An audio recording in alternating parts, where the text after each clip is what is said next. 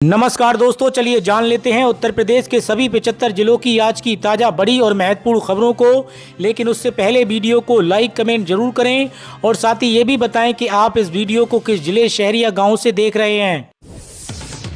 UP panchayat चुनाव 2026 की तैयारियां तेज, 25 अगस्त तक घर घर जाएंगे बीएलओ, डीएम का निर्देश। उत्तर प्रदेश पंचायत चुनाव के लिए मतदाता सूची पुनरीक्षण का काम 8 अगस्त से शुरू होगा। 25 अगस्त तक बीएलओ घर घर जाएंगे और मतदाताओं के नाम जोड़ेंगे। डीएम ने निर्देश जारी किया है। कानून के दायरे में रहना होगा, सुप्रीम कोर्ट ने ईडी को लगाई फटकार। कहा 5 साल में दर्ज किए 5000 केस, 10% से भी कम निकले दोषी। घरेलू एलपीजी सिलेंडर पर 300 रुपये सब्सिडी वाली योजना को लेकर बड़ा ऐलान। पीएम उज्ज्वला योजना के लिए 12,000 करोड़ मंजूर। एलपीजी गैस सिलेंडर धारकों को होगा बड़ा फायदा। उत्तर प्रदेश परिवहन विभाग की बड़ी कार्रवाई, 8,322 वाहनों के परमिट रद्द। वाहन कंपनियों को नोटिस, सुरक्षा नियमों से कर रहे थे खिलवाड़। सड़क सुरक्षा को मजबूत करने के लिए उत्तर प्रदेश परिवहन विभाग ने कड़ा कदम उठाया है। राज्य परिवहन प्राधिकरण एसटीए ने 8,322 चार पहिया वाहनों और 737 प्राइवेट बसों के परमिट निलंबित करने का फैसला लिया है। यूपी कैबिनेट का बड़ा फैसला, बैंक लोन लेने के लिए नियमों में बड़ा बदलाव। अब ग्रामीण क्षेत्रों की जमीन पर ले सकेंगे house loan. Uttar Pradesh cabinet ने एक अहम फैसला लेते हुए अब गांव की जमीन पर हाउस लोन लेने का रास्ता साफ कर दिया है। कैबिनेट ने यह प्रस्ताव मंजूर कर लिया है। प्रदेश के गांवों में घर बनाने के लिए लोग बैंकों से लोन ले सकेंगे। राजस्व, वित्त और न्याय समेत सभी संबंधित विभागों ने घरौनी कानून के मसौदे को हरी झंडी दे दी है। इसके तहत आबादी के भीतर अविवाहित भूमि पर लोगों को मालिकाना हक दिया जाएगा। इस संबंध में ग्रामीण आबादी अभिलेख विधेयक 2025 को मंत्रिमंडल ने मंजूरी दी है। चुनाव में ड्यूटी करने वाले कर्मचारियों को निर्वाचन आयोग का तोहफा, इलेक्शन कमीशन ऑफ इंडिया ने बढ़ाया मानदेय। भारतीय निर्वाचन आयोग ने चुनाव के दौरान ड्यूटी करने वाले कर्मचारियों का मानदेय बढ़ाने का फैसला लिया है। निर्वाचन आयोग के मुताबिक पीठासीन अधिकारी एवं मतगणना पर्यवेक्षक के पहले 350 रुपये प्रतिदिन मिलते थे। अब ये नए मानदेय के हिसाब से उन्हें 500 रुपये प्रतिदिन या 2,000 रुपये एक मुश्त दिए जाएंगे। वहीं मतदान अधिकारियों को पहले 250 रुपये प्रतिदिन दिया जाता था। नए मानदेय के भुगतान के तहत उन्हें 400 रुपये प्रतिदिन या 1,600 रुपये एक मुश्त दिए जाएंगे। इसके अलावा मतगणना सहायक को पहले 250 रुपये प्रतिदिन के हिसाब से दिए जाते थे। नए नियमों के हिसाब से इस पद पर बैठे व्यक्ति को 450 रुपये प्रतिदिन या 1,350 रुपये एक मुश्त दिए जाएंगे। उत्तर प्रदेश के 2,39,000 कृषक परिवारों को लाभ, सिंचाई विभाग के प्रस्ताव को योगी कैबिनेट की मंजूरी। योगी कैबिनेट ने 1.5 क्यूसेक क्षमता के 1,750 असफल राजकीय नलकूपों के पुनर्निर्माण की बड़ी योजना को मंजूरी दी है। हाल ही में हुई राज्य कैबिनेट की बैठक में कुल 561.20 करोड़ की लागत वाली इस परियोजना से जुड़ी सिंचाई विभाग के प्रस्ताव को हरी झंडी मिल गई है। इससे लगभग 1.75 लाख हेक्टेयर सिंचाई क्षमता फिर से स्थापित हो सकेगी, जबकि इससे पहले 2.39 लाख कृषक परिवारों को लाभ होगा।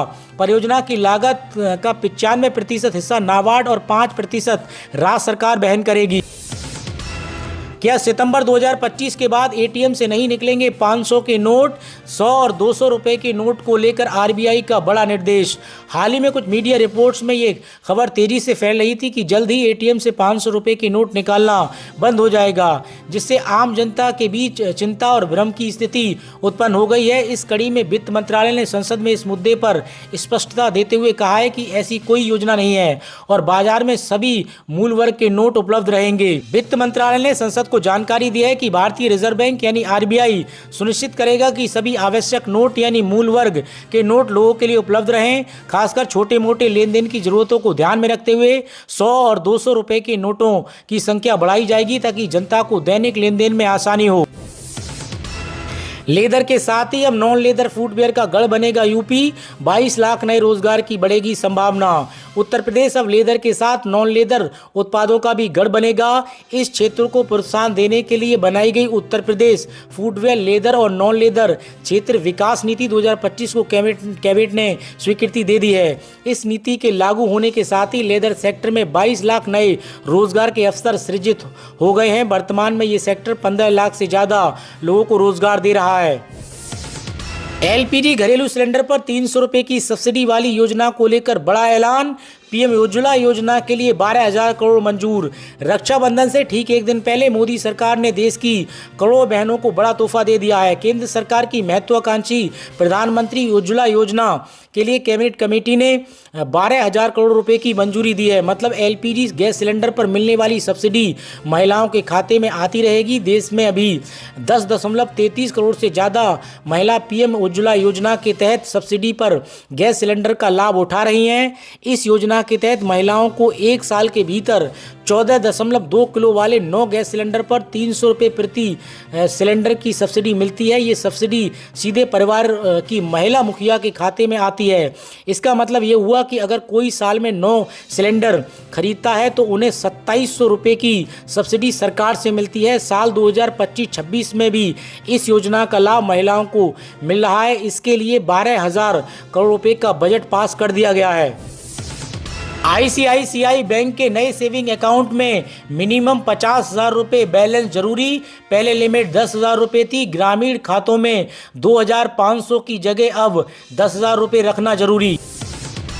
पीएम किसान सम्मान निधि योजना के बाद केंद्र की मोदी सरकार का एक और तोहफा। फसल बीमा योजना की आखिरी तारीख बढ़ी। प्रधानमंत्री किसान सम्मान निधि योजना की 20वीं किस्त 9.7 करोड़ किसानों के खाते में ट्रांसफर करने के बाद मोदी सरकार ने किसानों को एक और बड़ी खुशखबरी दी है। प्रधानमंत्री फसल बीमा योजना के अंतर्गत खरीफ की फसल की बीमा कराने की आखिरी तारीख बढ़ा दी गई है। हालांकि सरकार की ओर से ये स्पष्ट कर दिया गया है कि अगर आखिरी मौका होगा, इसके बाद तारीख में बढ़ोतरी नहीं की जाएगी। कई राज्यों में किसान अब 14 अगस्त 2025 तक अपनी फसल का बीमा करा सकते हैं। पहले ये तारीख 31 जुलाई थी, लेकिन किसानों को राहत देते हुए ये फैसला लिया गया है। फसल बीमा योजना के तहत किसान अपनी फसल का इंश्योरेंस करा सकते हैं। ऐसे में अगर फसल को नुकसान पहुंचता है तो बैंक या कंपनी की ओर से मुआवजा क्लेम किया जा सकता है। इस समय खरीफ की फसल का बीमा किया जा रहा है।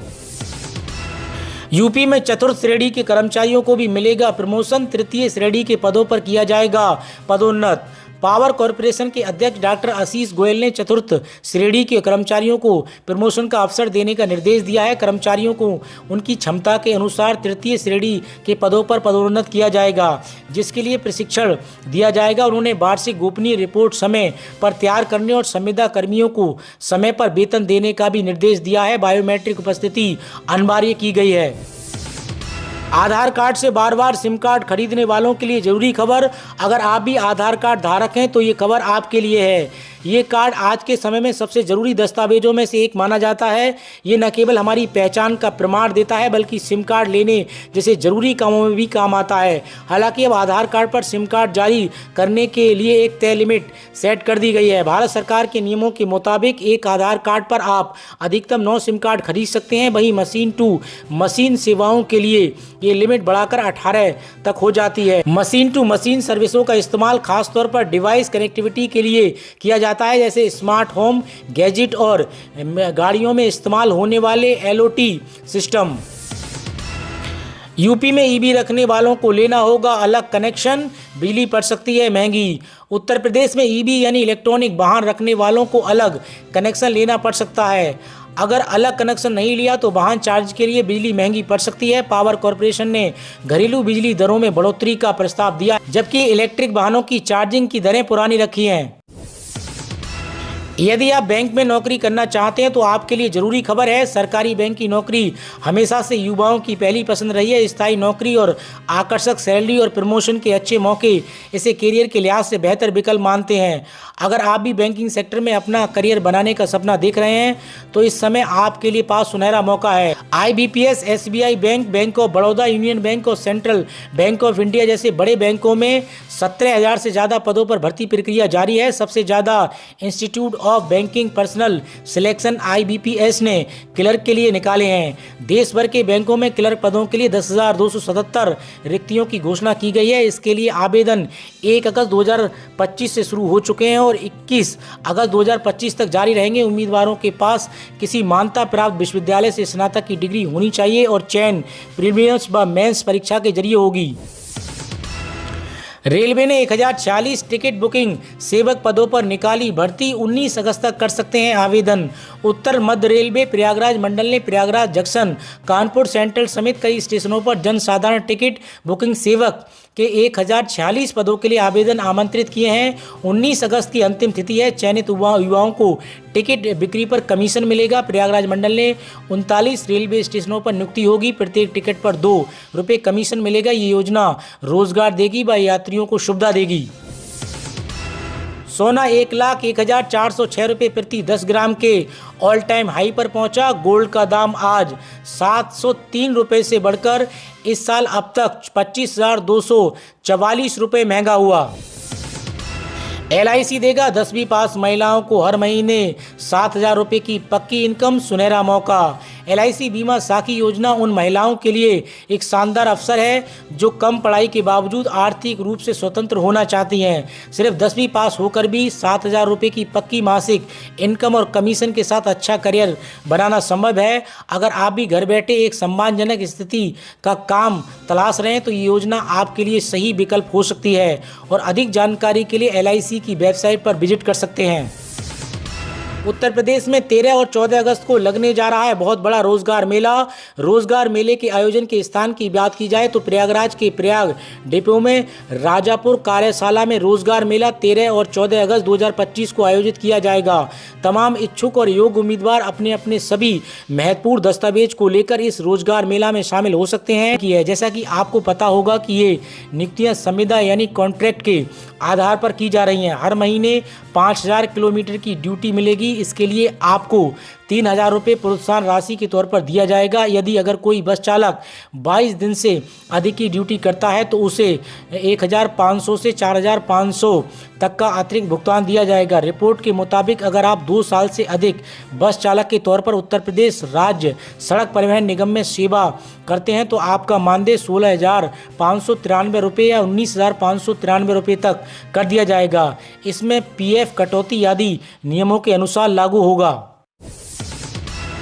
उत्तर प्रदेश की योगी आदित्यनाथ सरकार ने दिव्यांग विद्यार्थियों के हितों में लिया बड़ा और सराहनीय कदम उठाया। सरकार ने विशेष विद्यालयों में पढ़ने वाले दिव्यांग छात्रों के भरण पोषण भत्ते में 2,000 रुपये की बढ़ोतरी की घोषणा की है। जहां तक इन छात्रों को 2,000 रुपये प्रति माह भत्ता मिलता था, वहीं अब उन्हें 4,000 रुपये प्रति माह आर्थिक सहायता प्रदान की जाएगी। ये निर्णय प्रभावी हो गया है। ये फैसला उत्तर प्रदेश सरकार के दिव्यांगजन सशक्तिकरण विभाग के अंतर्गत संचालित विशेष विद्यालयों और संस्थाओं में पढ़ने वाले विद्यार्थियों की आवश्यकताओं और सुविधाओं को ध्यान में रखते हुए लिया गया है। तकनीकी शिक्षा के लिए केंद्रीय कैबिनेट ने मेरिट योजना को दी मंजूरी।